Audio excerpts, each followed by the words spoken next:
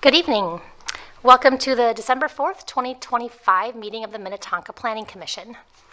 The Commission generally meets twice a month, always on a Thursday. The schedule and tentative meeting agendas can be obtained by calling the Planning Division or by checking the city website at minnetonkamn.gov. The Commission holds public hearings on land use applications. For all land use applications, the city notifies property owners within at least 400 feet of the site and posts plans and information on the website. For some applications, the city also places signs on the properties and notices in the Sun-Sailor newspaper. From a specific process standpoint, the Commission makes recommendations to the City Council on rezonings, subdivisions, conditional use permits, and amendments to the city's comprehensive guide plan, zoning ordinance, and subdivision regulations. We also make final decisions on site plans, signage requests, variance requests, and expansion permits unless those are part of an application that require City Council. In that case, we make a recommendation and Council will make the final decision. Anyone dissatisfied with a final Planning Commission decision may appeal to the City Council by submitting a written request to City staff within 10 days of this meeting. From a broader standpoint, the city's comprehensive guide plan, zoning ordinance, and subdivision regulations are the city's best efforts to codify a balance between individual rights and community responsibilities. Individual rights are easy to understand, but community responsibilities are more subtle. The idea is that we, as members of the community, agree to limit our individual rights for the common good of the group. The Planning Division, the Planning Commission, and the City Council are charged with managing this sometimes difficult balancing act. We ask you keep this broader perspective in mind as we review tonight's applications. Again, welcome. Staff, will you please call roll? Waterman. Here. Banks. Here. Brink. He's absent. Hanson. Here. Henry. Here. Minion. Here. Maxwell. Here. And there are 6 of us tonight. Next item on the agenda is approval of the agenda. And I see a change memo here. Ms. Thomas, would you? Yes, Chair Maxwell, we did have additional comments in support of both the consent agenda and non-consent agenda item. That's what's in the change memo before you this evening. Thank you. May I have a motion to approve the agenda considering the change memo? I'll make the motion to approve. Motion Banks. I'll second. Second Henry. All those in favor say aye. Aye. Aye. Opposed? All right, motion carries. Next is approval of the minutes from the November 20th, 2025 meeting. Any changes to those minutes? No? All right, may I have a motion to approve? I can make that motion. Motion Hanson. I'll second. Second Waterman. All those in favor say aye. Aye. Aye. And motion carries. All right, next is report from staff. Chair Maxwell, Commissioners, this is usually when I tell you what happened at the City Council meeting since your last Planning Commission meeting. And though there was a meeting of the City Council last Monday, there was no Planning Commission items on that agenda, so nothing to report from there. Ms. Wishnak does have some information about a upcoming get-together. Thank you, Susan. Chair and Commissioners, we do have the going away festivities for the mayor, which will take place on Tuesday, December 16th, and I'll remember to send this to you, but for now you can just mark your calendars. December 16th, 3 to 5 in the downstairs area, the dining room and banquet room as you come into the community center. So we would love to have you if you're available at those times and give our mayor a send-off. So thank you, Chair. My only other announcement this evening is that your next meeting, the last meeting of the year, is December the 18th. We do have one item currently scheduled for that agenda, but I will keep you up to date on that. And if you feel that you will not, if you know that you will not be able to attend, if you could just let me know about a week ahead of time if it's something that you know. Thanks. Thank you. All right, next item on our agenda is item 6, report from planning commissioners. Does anybody have anything to report this week? No. All right. Moving right along, next is the consent agenda. We have one item on this agenda. Staff places items here that are routine, so there will be no applications or no presentations made by the staff or by the applicant. We'll hold a public hearing, and then we will approve all items on the consent agenda unless somebody from the public or the commission wants to pull the item and have a larger discussion on that item. So I will now open the public hearing. And this item is 7A, we only have one, 7A, front yard setback variance for a garage at 4241 Winchester Court. Does anybody from the commission want to pull this item and have a bigger discussion? Anyone from the audience want to pull this discussion, just for a wider discussion? All right, in that case, may I have a motion to approve the items on the consent agenda? I'll make the motion. Motion Minion, I'll second. second Banks. Staff, will you please poll the commission? Waterman, Yes. Banks, Yes. Hanson, Yes. Henry, Yes. Minion, Yes. Chair Maxwell. Yes. Motion carries. This is a final decision subject to appeal. If anyone wants to appeal the decision, you must provide a written request to the city staff within 10 days of this meeting. Good luck with your project. All right, next item on the agenda is the non-consent agenda. So before we begin consideration of this, we have one item here. I'd like to review the steps in the process and the public hearing procedure. First, staff will give a report on it. The commission will then ask staff any questions. Then the applicant will be invited forward to give any sort of presentation, and then the commission can ask questions of that applicant. At that point, then we'll open a public hearing. Anybody from the public can come up and give comments or questions. If you wish to speak, come to the podium, state your name and your address for the record. Keep your comments brief, please. Try not to repeat things that have already been said. Once everyone has spoken, you can come back up again if there's something that you forgot. And then address your questions or comments to me, and then if it's a question for the applicant or for the staff, we will get all those questions answered at the end of the public hearing. All right, the first item, the only item on the non-consent agenda is item 8A, a rear yard setback variance for a garage at 15020 Tammer Lane. We are ready for the staff presentation. Chair Maxwell, I'll be doing that this evening for Ms. Rooney, who is not able to be here. As you noted, this is a recommendation from city staff that the commission approve a rear yard setback variance for this garage addition. This project does need 5 affirmative votes to be approved. Tammer Lane, if you're not familiar with it, is located in the northwest quadrant of the city, near the 394-494 interchange. The property is just over a half acre in size and situated really at the end of that Tammer Lane cul-de-sac. A house was built on the property in 1983, and it has a significantly large front yard setback. It's about 90 feet from front property line to front building line, which is 3 times our minimum requirement.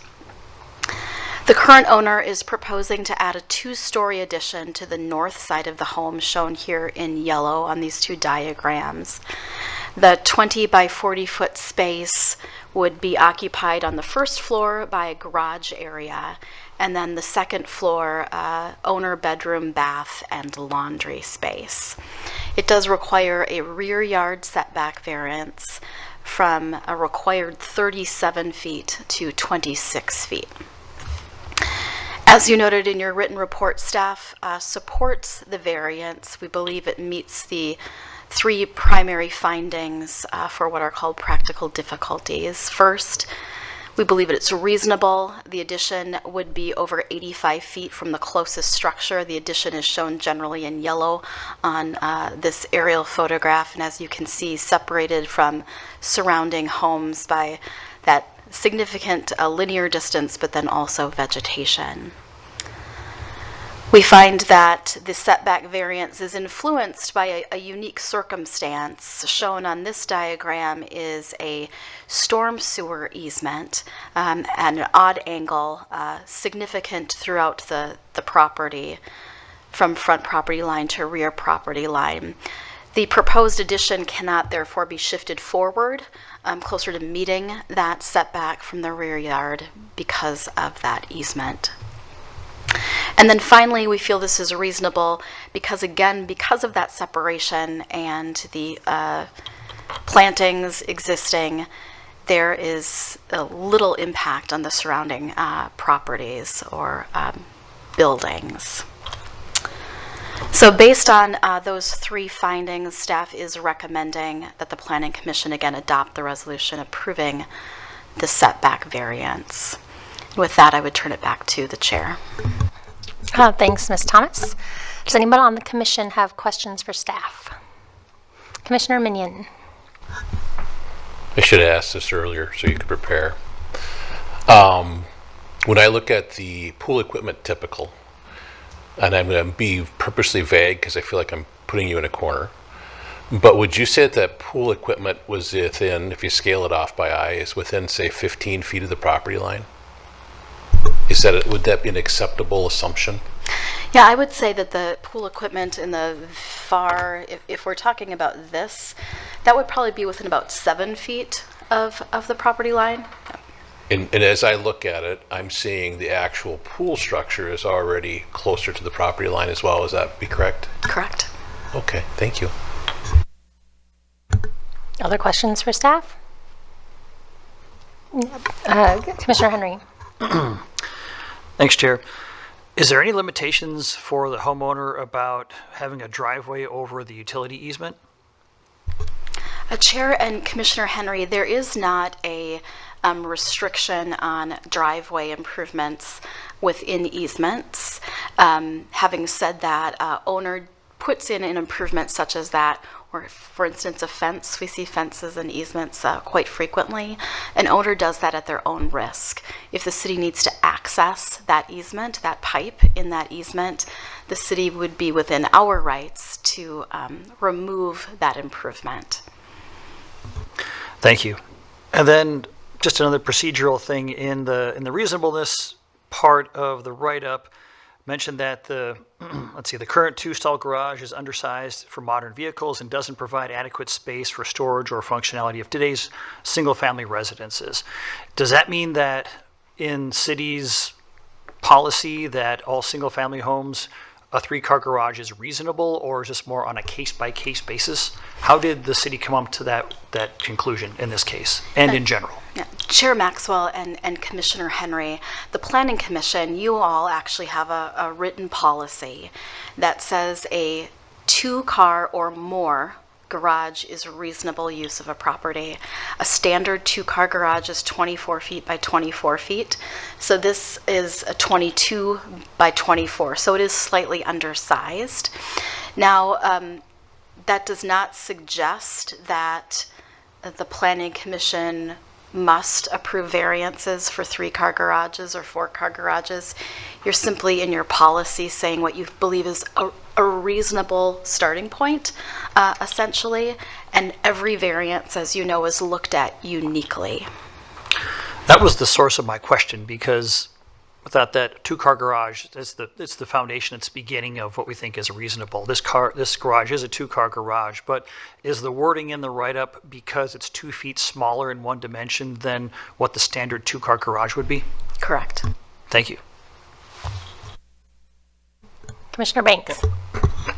Thanks, Chair. Just one question. This structure is being labeled as a garage, but it's 2 stories with the intent of, looks like living space. I saw bedroom, closets, and other rooms on that second level.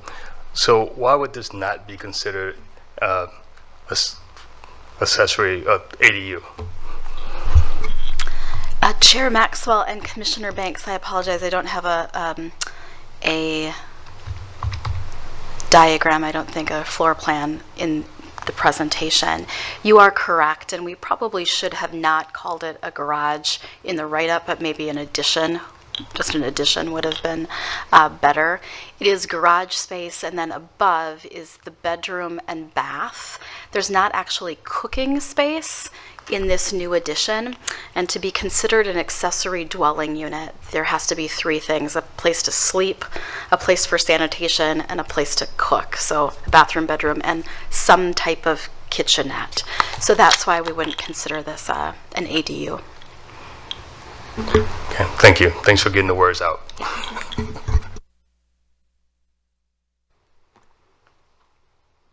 All right, it looks like the commission's done with questions. So at this point, I'll invite the applicant or applicant's representative up to give any sort of presentation or comments and to take questions from the commission. Should we come up? If you don't have any questions, do you have questions for us? Okay, so it looks like the applicant does not have a presentation. Does anybody on the commission have questions for the applicant that would require them to come up to the podium? No? All right, we'll skip that step for now. If in the public hearing there are questions that come up, I may call you up at a later time.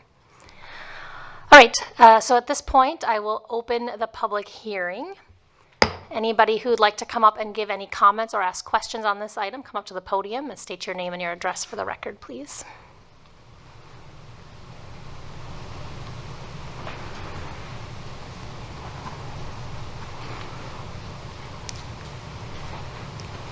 All right, I see a lot of people, but no one's moving. All right. Looks like nobody wants to speak, so I will close the public hearing. And we will now bring it back to the commission for any final questions, or I'd say we can probably take comments at this stage as well. I'd like to go first. Commissioner Waterman. Thanks, Chair, and always good to see proposals to improve houses in the community. I think this one looks good. I'm supportive of the variance for all the reasons that the staff listed. About the practical difficulty that is unique to this property, wouldn't impact neighboring structures, and it really just doesn't have an impact on the closest structure being 85 feet away. So really nothing more to add. I'm in support of this one. Thanks, Commissioner Waterman. Who's next? Commissioner Henry. In 1983, I think they should have built this originally. It would have fit a lot better with the flow of the house. It's a beautiful modern house. The garage is going to add to it. I'm in full support of it for the reasons Commissioner Waterman stated, and what the city's rationale was. I'm in complete agreement with that too. So it's also good to see support from the community here too. So thanks everybody for coming out to support your neighbors.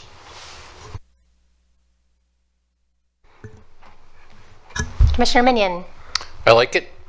We often use the words like unique when we look at things like this. I don't want to always be pushing the boundaries and pushing the rules, but we have a rectangular structure in a semi-triangular lot with some obstacles and existing easements, and I'm very much in favor of doing this. I think the aesthetic of the home will be really complemented, and the neighborhood will be complemented by this addition. And seeing that there's already things that are much closer than the 26.8 feet within that property boundary, it's a pretty easy yes. So good luck.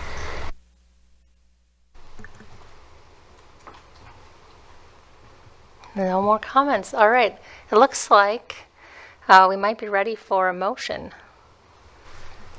Do I have a motion to, at this point it would be to adopt the resolution approving the rear yard setback variance for a garage at 15020 Tamer Lane.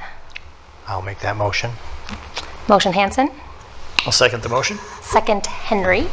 Staff, please poll commission. Waterman, Yes. Banks, Yes. Hanson, Yes. Henry, Yes. Minion, Yes. Chair Maxwell. Yes. The motion carries. If anyone would like to appeal, this is not a final decision. This is a final decision. If anybody would like to appeal the decision, you must write to the staff within 10 days of this meeting. Good luck with your project. All right, next item, other business. We have nothing for other business, and so we are moving on to... I don't have a slide for your last item. Okay, our last item is adjournment. Do I have a motion to adjourn? I'll make that motion. Motion Hanson. I'll second. Second Banks. All those in favor say aye. Aye. Aye. We are adjourned. Good night.